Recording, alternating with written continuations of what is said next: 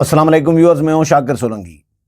Viewers, P T I اور حکومت کے درمیان مذاکرات میں 1.5 لاکھ پڑ گیا ہے۔ 1.5 لاکھ کی تصدیق بھی ہو گئی ہے۔ اسپیکر قومی اسمبلی ایاز صادق دونوں مذاکراتی کمیٹیوں کا اجلاس بھی اس لیے نہیں بلا رہے کیونکہ دونوں کمیٹیاں جو ہیں وہ اپنے اپنے موقف پر ڈٹ گئی ہیں۔ حکومت کا موقف ہے، پی ٹی آئی سے مطالبہ ہے کہ پی ٹی آئی اپنے مطالبات چارٹر آف ڈیمانڈ تحریری طور پر جمع کرائے۔ پی ٹی آئی نے انکار کر دیا ہے۔ کل بھی میں نے ویلاگ میں اسد قیصر کا حوالہ دیا تھا۔ آج شوکت یوسفزئی نے بھی بات کی ہے۔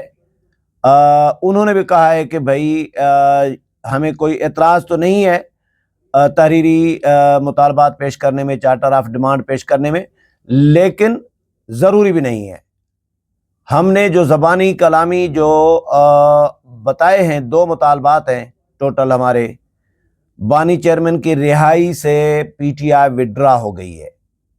ان مذاکرات کے ذریعے بانی چیئرمین پی ٹی آئی عمران خان کی رہائی سے پی ٹی آئی نے دستبردار کر دیا ہے۔ وہ کہتے ہیں کہ بھائی وہ جو پروسیس ہے عدالتوں کا اسی کے ذریعے عمران خان رہا ہوں، لیکن ہمارے مطالبات یہ ہیں کہ باقی جو ہیں، اچھا اس میں کچھ لوگ یہ بھی کہہ رہے ہیں کہ بانی پی ٹی آئی عمران خان سمیت سارے قیدیوں کو رہا کیا جائے۔ کچھ لوگ کہتے ہیں کہ عمران خان رہا مذاکرات کے، آج شوکت یوسفزئی نے بھی یہ بات کی ہے کہ عمران خان مذاکرات کے ذریعے ڈیل نہیں چاہتے، وہ مذاکرات کے ذریعے اپنے لیے ریلیف نہیں مانگ رہے، رہا نہیں ہونا چاہ رہے مذاکرات کے ذریعے، بلکہ ہمارے مطالبات ہیں کہ ہمارے جو قیدی کارکنان ہیں، رہنما ہیں، ان کو رہا کیا جائے، اور 26 نومبر اور 9 مئی کے جو انسیڈنٹس ہیں، واقعات ہیں، ان کی تحقیقات کے لیے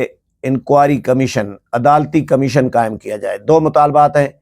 اب 2 مطالبات ہم نے زبانی کر دیے ہیں تو ان کو تحریری طور پر دینے کی ضرورت نہیں ہے۔ اسد قیصر نے بھی یہ بات کی ہے۔ پہلے انہوں نے ٹائم لیا تھا، پہلے اجلاس میں 23 دسمبر کو جو اجلاس ہوا اس میں انہوں نے ٹائم لیا کہ ویسے تو 2 مطالبات اسی اجلاس میں پیش کیے گئے تھے، لیکن بعد میں پھر انہوں نے ٹائم بھی لیا کہ ہمیں 10 دن کا ٹائم دیں، ہم عمران خان سے ملاقات کریں اور بانی چیئرمین پی ٹی آئی سے مشاورت کر کے ہم چارٹر آف ڈیمانڈ تیار کر کے آپ کو اگلے اجلاس میں پیش کریں گے 2 جنوری کو۔ 2 جنوری کو جب اجلاس ہوا تو پھر یہ تحریری مطالبات نہیں لے کے آئے، چارٹر آف ڈیمانڈ انہوں نے 2 جنوری کو پیش نہیں کیا۔ حکومت نے پوچھا کہ بھائی کدھر ہے چارٹر آف ڈیمانڈ، تو انہوں نے کہا کہ جی دیکھیں ہم ابھی مزید مشاورت کریں گے۔ پھر ٹائم لے لیا کہ ہفتے کے اندر ہم عمران خان سے ملاقات کریں گے، اور پھر ہفتے کے اندر جو ہے ملاقات کے بعد آپ کو تاریخ بتائیں گے، تو پھر آپ اجلاس بلا لیجئے گا۔ یہ بات کی انہوں نے، لیکن اب انہوں نے ایک نیا پینترا بدلا ہے۔ اب پی ٹی آئی کے لوگ کہتے ہیں کہ جی جب تک جو مذاکراتی کمیٹی ہے اس کی عمران خان کے ساتھ ملاقات نہیں کرائی جائے گی تب تک ہم چارٹر آف ڈیمانڈ نہیں دے سکتے، تب تک اجلاس میں شرکت بھی شاید اس پہ بھی سوچیں گے کہ اجلاس میں شریک ہوں یا نہ ہوں۔ اسد قیصر نے یہ کہا ہے، شوکت یوسفزئی نے۔ اسد قیصر نے تو بالکل کلیئر دھمکی بھی دی ہے کہ ہم بائیکاٹ کا بھی سوچ سکتے ہیں، بائیکاٹ بھی مذاکرات کا کر سکتے ہیں۔ تو پی ٹی آئی اب بھاگنا چاہ رہی ہے، میدان چھوڑنا چاہ رہی ہے۔ جو خدشات ظاہر کیے جا رہے تھے پہلے دن سے کہ پی ٹی آئی مذاکرات میں سنجیدہ نہیں ہے، اب کہہ رہے ہیں کہ جی شوکت یوسفزئی نے یہ بات کی ہے آج کے مذاکرات کو جاری رکھنا یا نہ رکھنا یہ حکومتی کمیٹی کے ممبران کے سنجیدہ رویے پر ہے کہ وہ کتنے سنجیدہ ہیں۔ اگر وہ سنجیدہ ہوں گے، ہمیں نظر آئے، تو پھر ہم مذاکرات آگے جاری رکھیں۔ یہ ایکچولی یہ بہانہ ہے۔ اب سنجیدہ ہیں یا نہیں ہیں، سیریس ہیں یا نہیں ہیں، خلوص نیت سے مذاکرات حکومتی کمیٹی کر رہی ہے یا نہیں کر رہی، اس کا فیصلہ پی ٹی آئی تو نہیں کرے گی نا، یہ کون فیصلہ کرے گا؟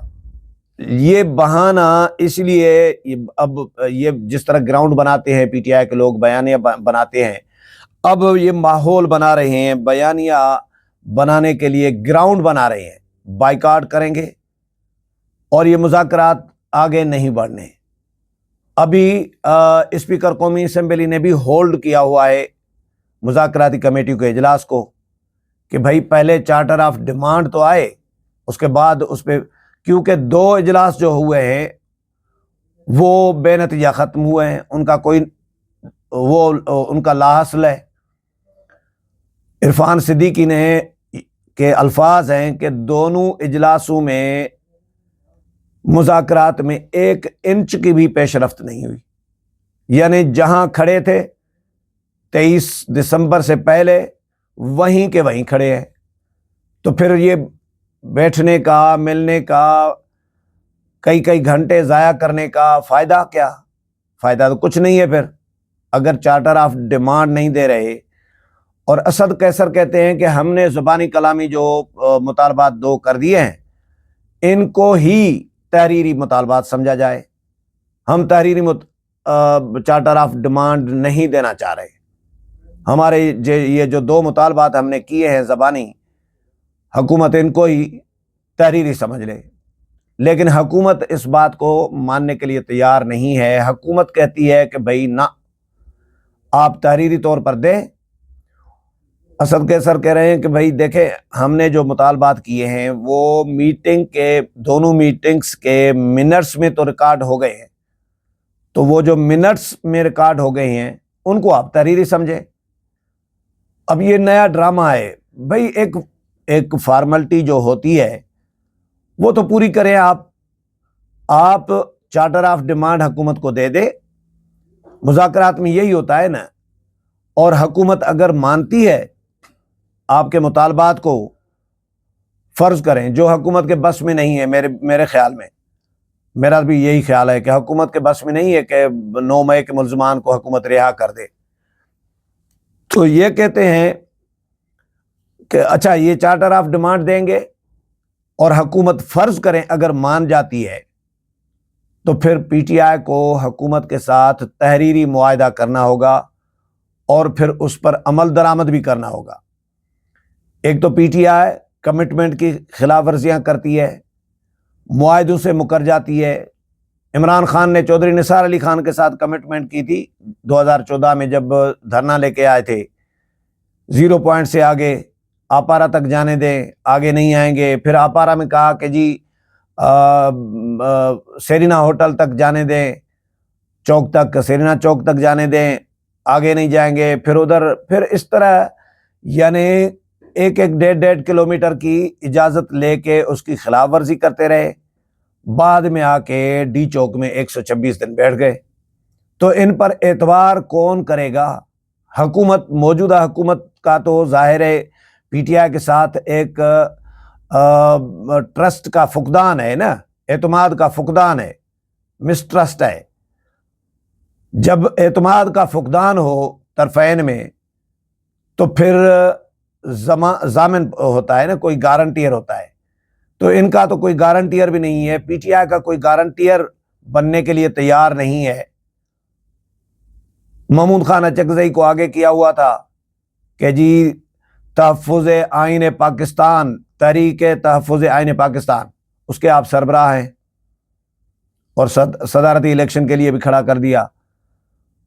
اب محمود خان اچکزئی کو انہوں نے کہا کہ جی آپ مذاکرات کریں، محمود خان اچکزئی نے کہا کہ بھائی، انہوں نے ہاتھ کھڑے کر دیے، انہوں نے کہا کہ بھائی دیکھیں، ان کو بھی پتا ہے محمود خان اچکزئی کو کہ میں پی ٹی آئی کے بہاف پہ مذاکرات کروں گا تو مجھے ہی گندا ہونا پڑے گا، مجھے ہی خراب ہونا پڑے گا، میری جو رہی کھوئی عزت ہے، بچی کھچی عزت ہے، وہ بھی چلی جائے گی سیاست میں۔ تو محمود خان اچکزئی نے بھی ہاتھ کھڑے کر دیے، وہ بھی پی ٹی آئی کے معاملات میں بیچ میں نہیں آ رہے۔ مولانا فضل الرحمان نے ایک کوشش کی 26ویں آئینی ترمیم میں، کیونکہ مولانا ایک منجے ہوئے سیاستدان ہیں، ان کو پتہ ہے کہ اپوزیشن کے ساتھ کس طرح چلنا ہے، حکومت کے ساتھ کس طرح چلنا ہے، اسٹیبلشمنٹ کے ساتھ کس طرح چلنا ہے۔ تو مولانا کو سیاست آتی ہے، تو مولانا نے تو نبھا لیا، کامیاب ہو گئے، لیکن ہر بندہ مولانا فضل الرحمان تو نہیں ہے نا، ہر سیاستدان مولانا فضل الرحمان نہیں ہو سکتا۔ تو پی ٹی آئی پر بہرحال باقی موجودہ جو جماعتیں ہیں، موجودہ جو حکومت ہے، یہ اعتماد کرنے کے لیے تیار نہیں ہے، اور پی ٹی آئی موجودہ حکومت پر اعتماد کرنے کے لیے تیار نہیں ہے۔ تو جب اعتماد کا فقدان ہو تو پھر معاملات آگے نہیں چل سکتے، نہیں بڑھ سکتے۔ اب دونوں الگ الگ کشتیوں میں سوار ہو گئے ہیں۔ جو کمیٹیاں ایک کشتی میں بیٹھ رہی تھیں، ایک چھت کے نیچے ایک کمرے میں بیٹھ رہی تھی، اب وہ دونوں الگ الگ کشتیوں میں سوار ہو گئے ہیں اور پیغامات بھیج رہے ہیں ایک دوسرے کو کہ جی، وہ کہہ رہے ہیں تحریری چارٹر آف ڈیمانڈ دیں، وہ کہتے ہیں کہ جو منٹس ہیں میٹنگ کے اسی کوئی تحریری آپ سمجھ لیں، ہم نہیں دیں گے۔ تو 1.5 لاکھ پڑ گیا ہے۔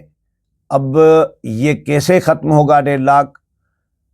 یقینی طور پر پی ٹی آئی کو ہی، کیونکہ منت سماجت بھی پی ٹی آئی نے کی تھی، مذاکرات بھی پی ٹی آئی کی خواہش پر شروع ہوئے تھے، حکومت کی خواہش پر نہیں تھے۔ تو جب پی ٹی آئی نے منت ترلے کر کے مذاکرات شروع کرائے ہیں، تو اب 1.5 لاکھ اگر پڑ گیا ہے تو اس کو ختم کرانا بھی پی ٹی آئی کی ہی ذمہ داری بنتی ہے۔ اب دیکھتے ہیں پی ٹی آئی کا آگے کیا لائحہ عمل سامنے آتا ہے۔ اگلے پروگرام میں پھر ملاقات ہوگی، تب تک اجازت چاہتا ہوں، اللہ حافظ۔